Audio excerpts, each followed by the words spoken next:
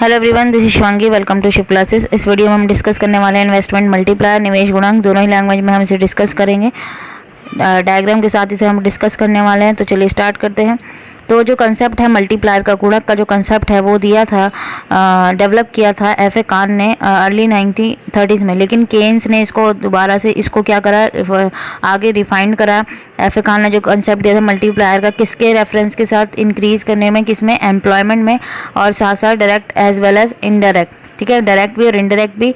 तो इससे क्या होगा, जो इनिशियल इंक्रीज होगा किसमें, किसकी वजह से, इन्वेस्टमेंट और एम्प्लॉयमेंट ने। केन्स ने क्या बोला, उसने प्रोपाउंड किया कंसेप्ट को, मल्टीप्लायर को, किसके रेफरेंस के साथ, increase in total income, direct और इनडायरेक्ट दोनों के लेके।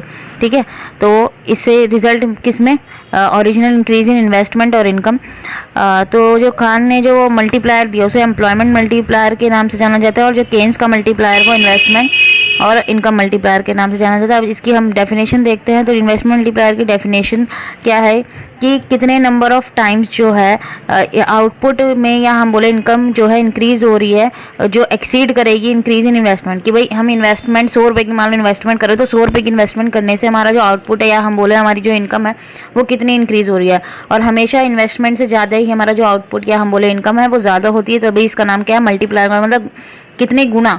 ठीक है, तो ये जो मेजर करता है ratio between change in income, की इनकम में change, ratio change in investment, की इन्वेस्टमेंट में चेंज होने की वजह से कितना इनकम में चेंज हो रहा है, उसे के से डिनोट करते हैं। अब इसके 3 फॉर्मूले हैं। जो हिंदी मीडियम वाले स्टूडेंट है इसमें तो लिख सकते हैं, इसमें कुछ ऐसा नहीं है। इसको आप ट्रांसलेट कर सकते हैं कि भाई इन्वेस्टमेंट मल्टीप्लायर के निवेश गुणक के 3 गणक सूत्र हैं। पहला ये है, दूसरा ये है, तीसरा ये है। ठीक है, पहला क्या यहाँ लिखा है, change in income. Change in income का क्या लिखेंगे, आय में परिवर्तन, और इन्वेस्टमेंट निवेश में परिवर्तन। ठीक है, जिसे हम डेल्टा वाई और डेल्टा आई से, ये डेल्टा का साइन होता है, ये ट्रायंगल वाला है। ठीक है, डेल्टा वाई, या हम इसको चेंज इन वाई और चेंज इन आई भी बोलते हैं। तो और दूसरा हमारा एमपीसी से निकलता है। अगर आपने मैक्रो पढ़ी है, ठीक है, 11th-12th में पढ़ी है, तो अगर आपको नहीं पता तो न्यूमेरिकल देखूंगी, करा दूंगी इसकी। वैसे एग्जाम में तो न्यूमेरिकल नहीं आएंगे, फॉर्मूले आप याद कर लेना। के की वैल्यू है 1 माइनस एमपीसी, इसके थ्रू भी निकलता है और एमपीएस के थ्रू भी निकलता है। ठीक है, क्योंकि 1 माइनस एमपीसी जो होता है वो किसके इक्वल होता है, एमपीएस के। तो कई बार एग्जाम में एमपीसी की जगह ना देके एमपीएस दे रखा है तो डायरेक्ट हम 1/एमपीएस लिख देंगे, लेकिन ये एग्जाम में नहीं आता है। ठीक है, थ्योरी आएगी आपकी, यहाँ पे न्यूमेरिकल नहीं पूछे जाते हैं।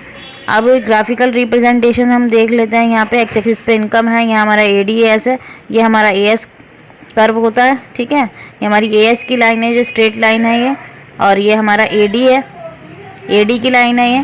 तो पहले हमारी एडी ये थी, एडी क्या है, हमारी एग्रीगेट डिमांड। तो एग्रीगेट डिमांड बाई कंजम्पशन और इन्वेस्टमेंट। तो जैसे ही हमने इन्वेस्टमेंट में चेंज करा, भाई हमने क्या इन्वेस्टमेंट में क्या करा, चेंज करा, ये चेंज इन आई लिख लेना, टी लिखा हुआ है, आप आई को लिख लेना। तो एडी कर्व हमारा क्या हो गया, शिफ्ट हो गया। भाई हमारी जो डिमांड है वो क्या हो गई, हमारी जो डिमांड है, भाई डिमांड कर्व, जो एग्रीगेट डिमांड कर्व है वो क्या हो गया, शिफ्ट हो गया। अब ये जो है ये इन्वेस्टमेंट है, भाई इतनी इन्वेस्टमेंट हुई, भाई पहले इतनी थी। ठीक है, अब हमने क्या करा, इन्वेस्टमेंट जब हमने बढ़ाई है तभी तो ये कर्व जो है ऊपर शिफ्ट हुआ है। इसका मतलब क्या है, हमने इतनी जो है इन्वेस्टमेंट करी है, इतनी इन्वेस्टमेंट करी, इतनी इन्वेस्टमेंट से जो हमारा इनकम है वो इंक्रीज हुआ है। इन्वेस्टमेंट में चेंज होने से इनकम में ज़्यादा चेंज आता है। ठीक है, तो यहाँ पे एडी कर्व हमारा शिफ्ट हुआ है। जो हमें न्यू इक्विलिब्रियम दिया, पहले ई था, फिर ई1 हो गया है हमारा न्यू इक्विलिब्रियम।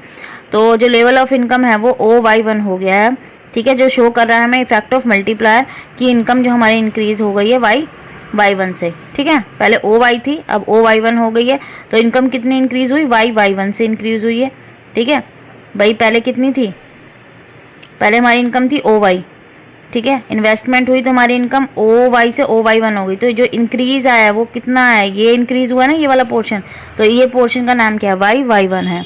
हिंदी मीडियम वाले स्टूडेंट यहाँ देख सकते हैं, यहाँ पे आप अल्फ़ाबेट लिख लेना। ठीक है, वो ट्रांसलेट करने में DC ऐसे ही लिखे गए हैं, तो इसको आप ट्रांसलेट कर लेना। तो ये था हमारा इन्वेस्टमेंट मल्टीप्लायर। आई होप आपको क्लियर हो गया होगा। अगर वीडियो अच्छी लगी हो तो like it, share it and subscribe my channel. Thank you.